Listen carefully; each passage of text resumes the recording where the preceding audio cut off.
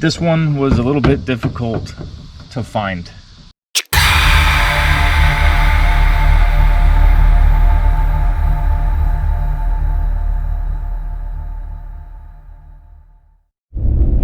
Good afternoon, everyone.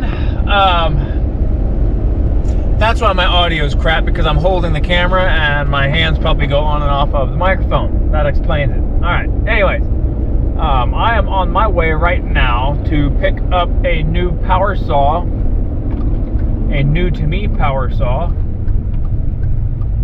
This is red truck. All right, go on. And picking up an old McCulloch 1010 automatic.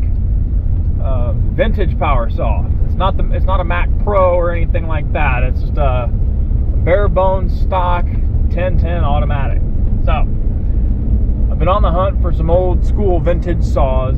I found this one. The price is right. It's definitely right, and it's in running condition. It just needs an air filter, so easy fix. So I'm excited. That's where I'm headed to now to pick that up, and we're kind of out in the middle of nowhere. That's generally where all these power saws are being listed at to be sold, is in the middle of nowhere. I mean, check it out. Not a whole lot out here, but a bunch of fields and stuff. Farmland, basically farmland. This is where I'm in the neck of the woods where I go out shooting at the shooting range from time to time. Anyway, so I'm gonna go grab this power saw, and we're gonna check this thing out. All right, so we got the power saw. These guys live kind of similar to where I would want to live, with nobody around to bother anybody around here. Neighbors are spaced apart. Yeah. The only problem is living out in a place like this is I would be 30 minutes from my closest job site. That's the only problem. But man, I'll tell you what, that's almost worth the sacrifice to not hear traffic or have light pollution at night. You can look up at the sky and see the stars, you know. It's I don't know, I lived in Alaska for so long, we got spoiled with that kind of stuff. Anyways, we're gonna get the saw back home. It's got a fairly new chain on it, he said. In fact, I don't think that chain has ever seen wood. It does have some rust on it, so it has been sitting. Said it's got some older gas in it, so we're gonna put some fresh gas in it. Gonna verify the oiler's working and all that stuff, so it might need a couple little things here and there to get it running, or not running, but to get it working better, which is no problem at all. I was kind of planning on it being a little bit of a project saw, and my main focus was, as long as the engine runs and that chain spins, everything else is easy peasy to get fixed. So you got the manual oilers on it, and it's funny, it's so old that the bar oil, where you put your bar oil in, it says SAE 30. That's how old school that is. That's awesome, love it. I'm not putting SAE 30 in that though to run. That's you know, there's better stuff out there now. So I'm gonna pull the spark plug out and I'm gonna check all that stuff. Probably gonna get an air filter. I'm gonna see if I can get one tomorrow or have one ordered in, and get this saw running in tip-top shape for what it is. So it's awesome, I love it. All right guys, let's get back to the house. Let's get the saw on the freezer and we're gonna check it out. Check the spark plug. Make sure everything's looking good with the plug. Might need to get a new one of them. Spark plug is actually fairly clean. All right, so we got a McCulloch 1010. Check that out. Hopefully that's in frame. Old school vintage saw. Man, she's beautiful. Angle this down a little bit. There we go. What a piece of modern art. Got a new chain on it. I think this is a 16-inch bar. Like to have a 20-inch on it, but I might just keep this on it for lemon. Might be my lemon saw. It's pretty freaking cool. I thought I was having some issues with the oiler because I wasn't getting any oil to the chain. I had to bleed the lines, old school.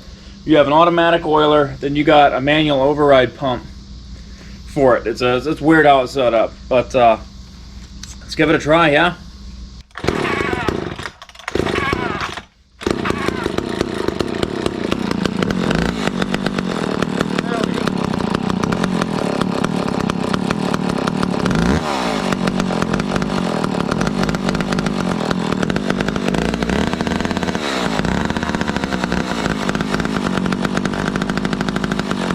Yeah, this is 1970s saw here.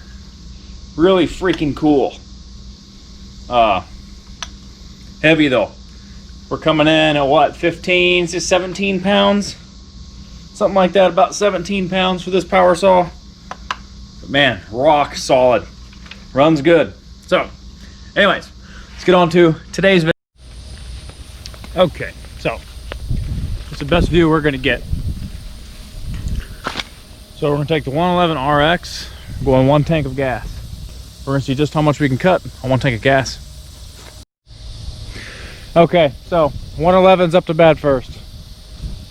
We're just gonna make passes vertically. Yeah, vertically? No, horizontally. We're gonna do horizontal passes and the stuff that's 2.5 feet tall roughly. And we're gonna see how far we can stretch a tank of gas on a 111. Let's get to it.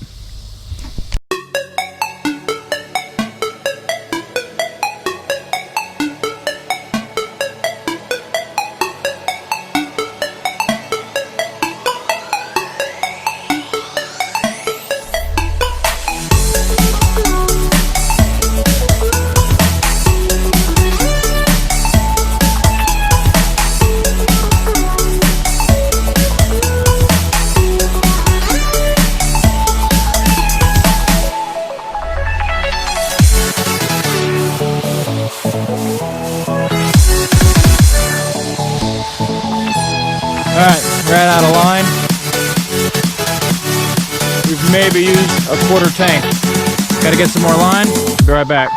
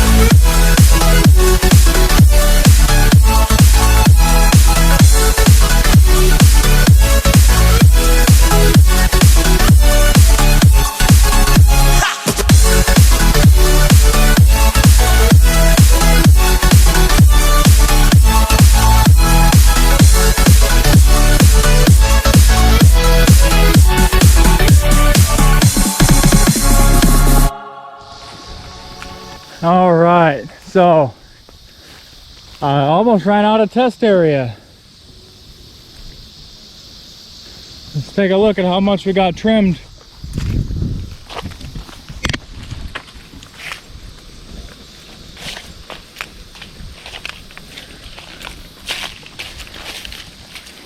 Look at that.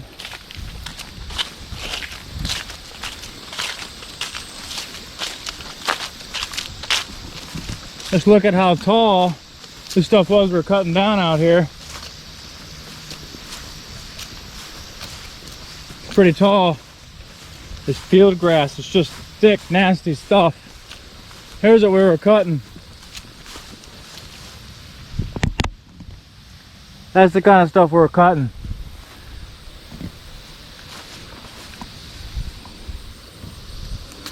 So it's almost up to my hip. Insane fuel efficiency on the 111RX.